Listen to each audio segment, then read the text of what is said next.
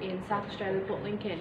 A big thank you to Pauline for letting us come here today to film about the Southern Blue Fin Tuna. I don't know anything about it, but here is Paris coming around the corner. I was having a look. Should see stuff.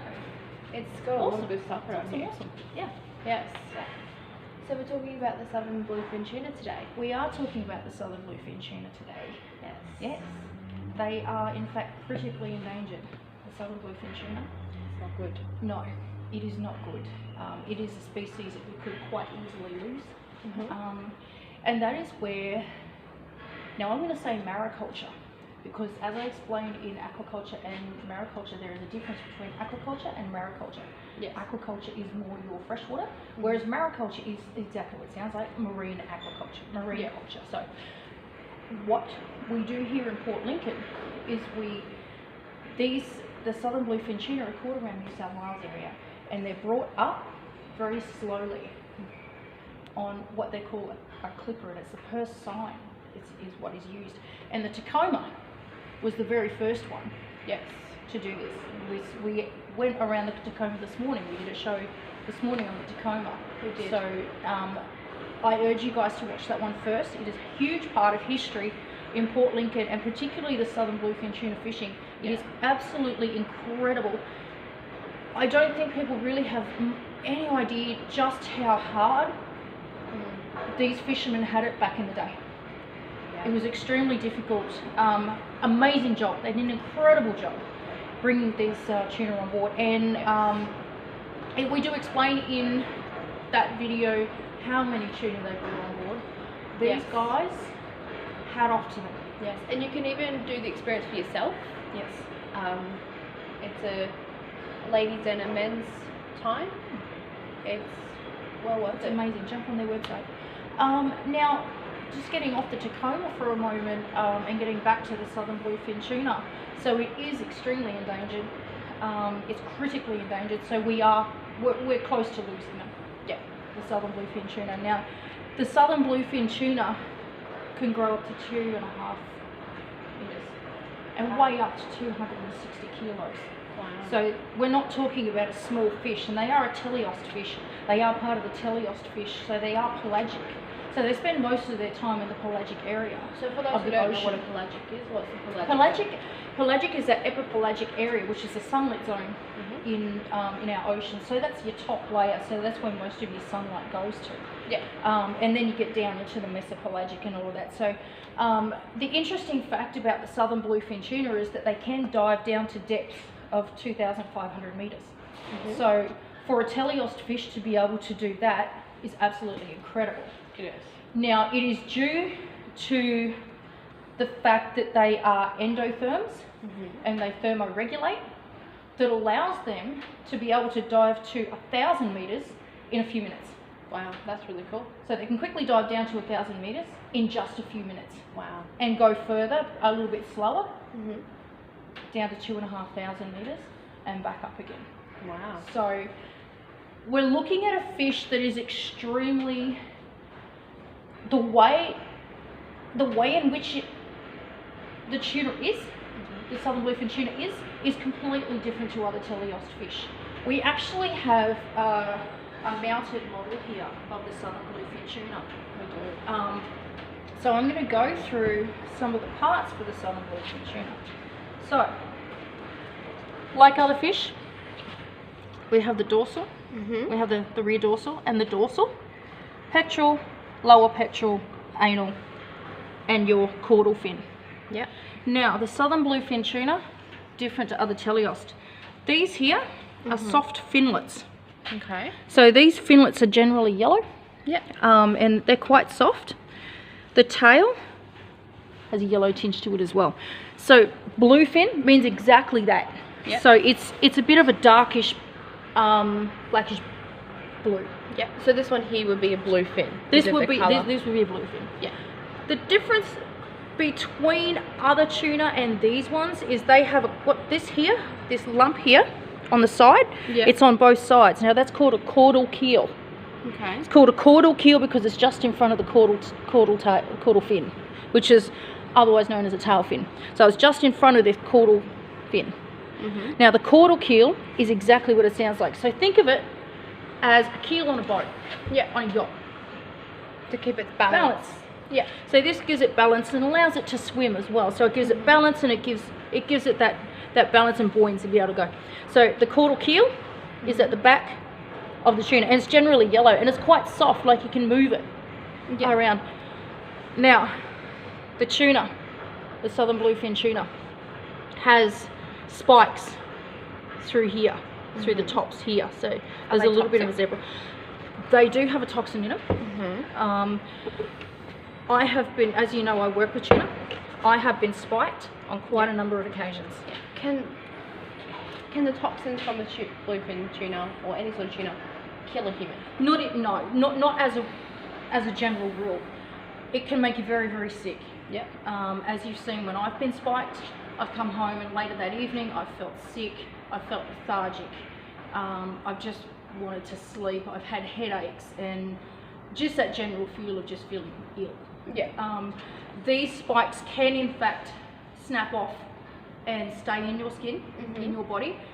If that ever does happen, if you are around a Southern Bluefin tuna and this does happen to you, make sure that you remove that spike immediately, because that toxin will continue to flow through your body.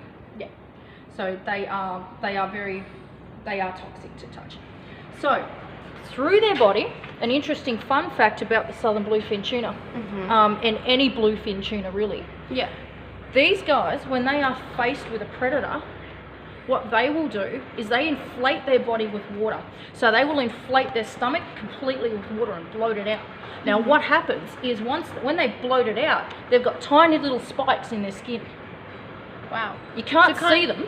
So you would say kind of like a pufferfish, but they're kind of like invisible sort of thing with their pufferfish spikes. Same sort of thing, but pufferfish generally like puff up all the time. Yeah. These guys will puff up when they feel threatened. Yeah. So they will puff up, fill their stomach with water. Once their stomach is filled with water, these spikes that are all through their body, the tiny little spikes, they will pop out. So what happens then is the predator will see it as not quite palatable, and they look bigger. So they'll be not quite palatable. So their predator, which would be sharks, dolphins, any sort of mammal, will find them less palatable. They'll go, well, I'm not. Very similar to the great white when they do their gill fluffing. Yeah. Every marine animal has a defense mechanism, and that's one of theirs. Yeah. Defense Do mechanism. they have any other defense mechanisms? Speed. Speed. They are extremely quick. How fast do they go? They can go anywhere up to 25-30 k an hour. So Wow. they are very, very quick. They do move rapidly all the time too, which brings me back. So they have what is called a red muscle. Yeah. So their red muscle takes up about 30% of their body. So their red muscle is their swimming muscle. Okay. Now this red muscle holds heat. So do you remember me talking about the great white when I said that they're laminate? Yeah. So they're able to regulate their body temperature. Yeah. The tuna is exactly, the Southern Bluefin tuna is exactly the same. So the Southern Bluefin tuna is able to thermoregulate its body. So what it can do is the tuna can raise its body temperature to 10 degrees above the water temperature that it's in. Wow. So just say they're in an 18-degree water temperature, they can raise their body temperature to 28. Wow. That's So crazy. they are able, just like the great white, they hold this body temperature and this temperature in their red muscle. It heats it up. Yeah. Heats up that red muscle, and that allows them to be able to travel long distances and travel at the speeds that they travel at. Yeah. So the Southern Bluefin tuna, in a lot of ways, is a lot like a great white in the fact that they can hold their body temperature. They are endotherms, and endotherms means being able to raise their body temperature to a temperature that they want it to be at. Now the Southern Bluefin tuna does prefer to have a water temperature. They do prefer water temperatures between 18 to 20 degrees, which is why they are around these areas. Yeah. They thrive in colder water. Because, now do you know why they thrive in colder water? Why is it? No idea. Do you remember me talking about dissolved oxygens Yes. that fish need to survive? Yes. Tuna need the highest level of dissolved oxygens over any other fish in the water, even over a shark. Wow. You know why? No. Because they're constantly moving. So they pretty much don't stop. They don't. They can't. Okay. Because the oxygen required for their body to still function is much higher than any other teleost fish, any other fish in the ocean, even a shark. Because they move quickly, great whites and any other shark will only move quickly if it's going to attack. Other than that, they move slowly. So the dissolved oxygen rate that they require is much lower. Yeah. So these guys require a much higher level of dissolved oxygen. So they can also thrive, but only in short bursts, in temperatures 3 degrees, 7 degrees. So they thrive in the waters around here because we have high dissolved oxygen levels. So as I explained, dissolved oxygen levels are lower in warmer water. These guys can tolerate water up to 30 degrees, but that's only in short periods because of those dissolved oxygen levels. Yeah. Okay. Now, these guys are what they call obligate ram ventilators. And what does that mean? That's their respiratory system. Unlike other fish, where it comes in through their mouth and out through their gills, they do the same thing. However, they use a buccal pump. So the buccal pump, they buccal pump it through their mouth. And then it flows through their body just exactly the same as other fish. It flows out through their gills. But the operculum holds a percentage back. Wow. So that these guys can continue to buccal pump that through. Yeah. Because they don't have the pumping mechanism that other teleost fish have. They don't have that pumping mechanism that other teleost fish have or other fish have. So no other fish has that buckling system, just them. So sharks, your benthic sharks, like you might say that a southern bluefin tuna is a lot like a benthic shark because they buccal pump. So buccal pumping is breathing in through the mouth and running it over the gills. That's buccal pumping. Right. So they use that buccal pump. So that's what they are. They are obligate ram ventilators, which is exactly what your buccal pumping sharks do. Yeah. Your buccal pumping sharks are your white tip, which can sit on the bottom of the ocean, and all of your carpet sharks. Yeah. Okay. So they do have very sharp teeth. So in their mouth here, they have very sharp teeth. I have copped the teeth from these guys. Does it break the skin? It does. Yeah. It's extremely tough because the southern bluefin tuna, they feed on crustaceans. Now crustaceans, when I say crustaceans, I mean crabs, lobsters, all that sort of thing. So they have to be able to crush. They have to be able to open their shells. They have to be able to crush that carapace and the plastron to be able to get through to the meat. So that's why they have those teeth. They eat squid. They eat fish. They will eat anything. So they're pretty like carnivores. They're an opportunistic feeder, is what they are. If they see feed, they're going to go for it. Yeah. Now, they spawn between spring and autumn. Now, they do spawn in warmer waters. Okay, so they prefer to spawn in warmer waters. Now, 24 degrees is the definite cutoff for how high the water temperature can be for them to spawn. Okay, so spawning for these guys, they migrate to do that to warmer temperate waters. Yeah. Now, during these months, they will, what's the word I'm looking for? Migrate from the waters of Australia to waters in the Indian Ocean. So they will go from cooler to warmer. So this is why they have to keep moving, because as I just explained, their rate of dissolved oxygens, the oxygen they need, is much higher than any other fish that they eat in the ocean. So now, you've heard me talk about the operculum in a fish, so that's this here. This is the operculum on a fish. So it's otherwise, a lot of people refer to it as a gill plate. So this is it here. Yeah. Okay. Under here is your pre-operculum. So this is the part that comes up into the operculum. Now underneath here is your gills and your Gill Rakers. Now the Gill Rakers works exactly the same way on a tuna as what it does on any other fish.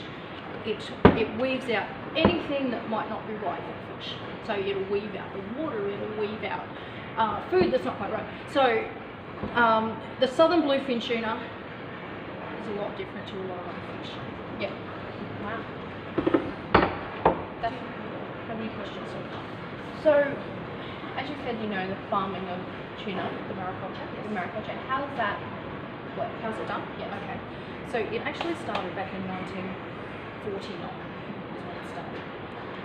The Southern Blue Fin Tuna itself as a species was discovered in 1758. So they have been around for a long time, and slowly over time, as a commercial fishing and even recreational fishing, these guys have decreased in numbers. So that's what I say, they are absolutely critically endangered. Yeah. So they came up with aquaculture. So Mariculture, I prefer to call it. Yeah. Now, the mariculture of Southern Blue Fin Tuna is in fact called ranching. Do you know why it's called ranching? No idea. It's called ranching because they don't actually spawn and breed the fish themselves, unlike what they do with mussels and abalone. Okay, they in fact catch the fish, they catch the tuna, and they bring it back to Port Lincoln to be put into pontoons for ranching. So what are the pontoons? What do they look like? I'm going to show you this photo here. This is a tuna pontoon, so they are quite large. This is a tuna pontoon. Okay. Now, we're going to go around the corner here because there is a model of one around the corner here. It's not an actual one, but it is a model of one of what they look like. So, the pontoons have the tuna ring and the net. Okay. Now this net goes it is secured all the way to the bottom of the bay, of Boston Bay. Yeah. Now these can hold anywhere from 2,000 to 3,000 or 4,000 fish. Wow. Now the fish that you get in pontoons, the fish that you get in the pontoons are not going to be quite as large as the fish that you would get in the wild. Yeah. Because again, tuna is like every other marine animal. They grow to suit their environment. Yeah. So you have an environment where you have a space and you've got that many fish in this space, then what's going to happen is they're only going to grow to suit that environment. Yeah. So the fish that we get, probably around this 40 to 60 kilo mark. Yeah. So it's nowhere near your 260 kilo mark. What we'll do is we'll attach a photo in this part of the video to show people how big they can get in the wild. Yep. So there is a photo of the catch. I think there's actually some behind I think there actually might be. So one over there. Here we go. So,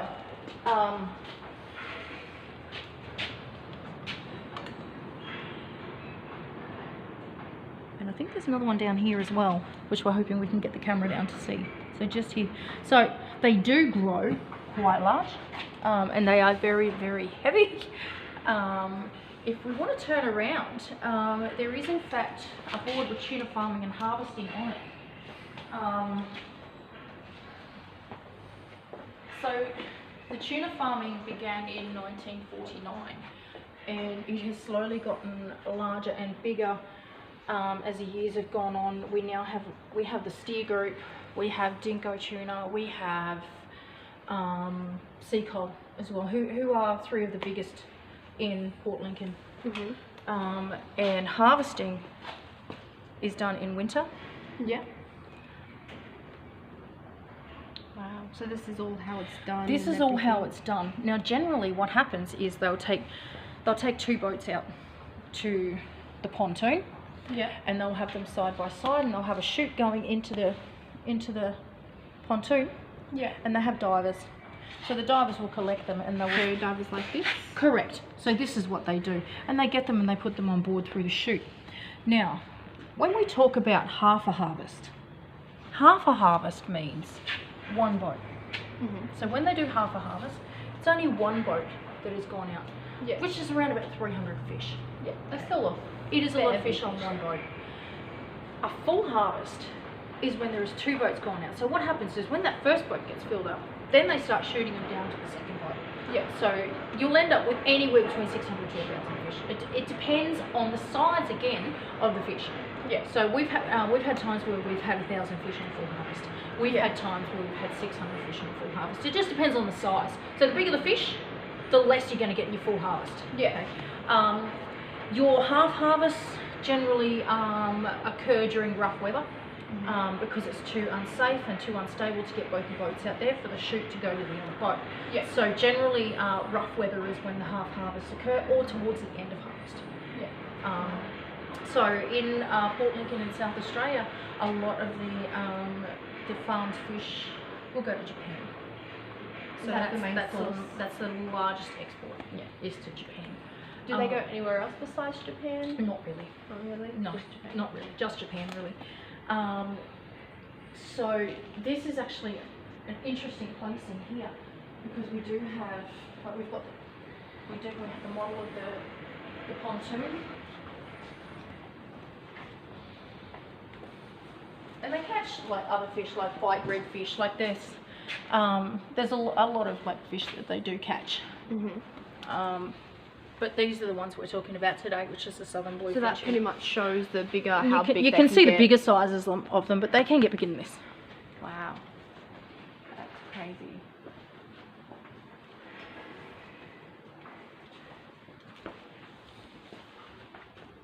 So all this here, is this, you know, back in the day also what they used to catch and how as well? Yes. Yeah. So this is various other fish that are caught in this area. Wow.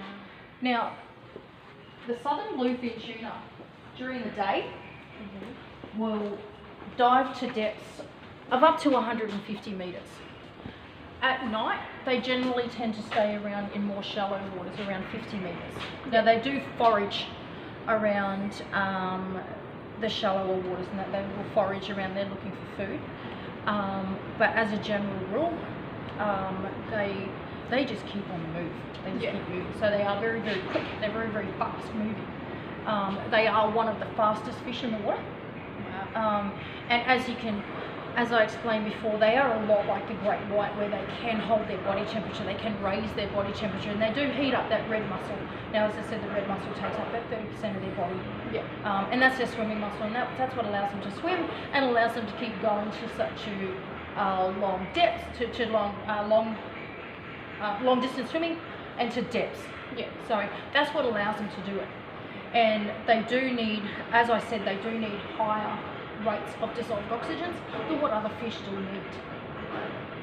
They're very fascinating fish. They are a very fascinating fish in the fact that a lot of the ways that their body operates is so much different to other fish. Yeah. So much different. I honestly, you've answered all the questions that I've had about them. Is there anything else you can add to this video? I don't think so. Like, if you are around a Southern Blue Fin Tuna, just be aware of those spikes. Yep. Because they will get you. They will get you. They do hurt. They get stuck in your body. Get them out straight away. Because they will infect as well. They will get infected as well. But other than that, look, let's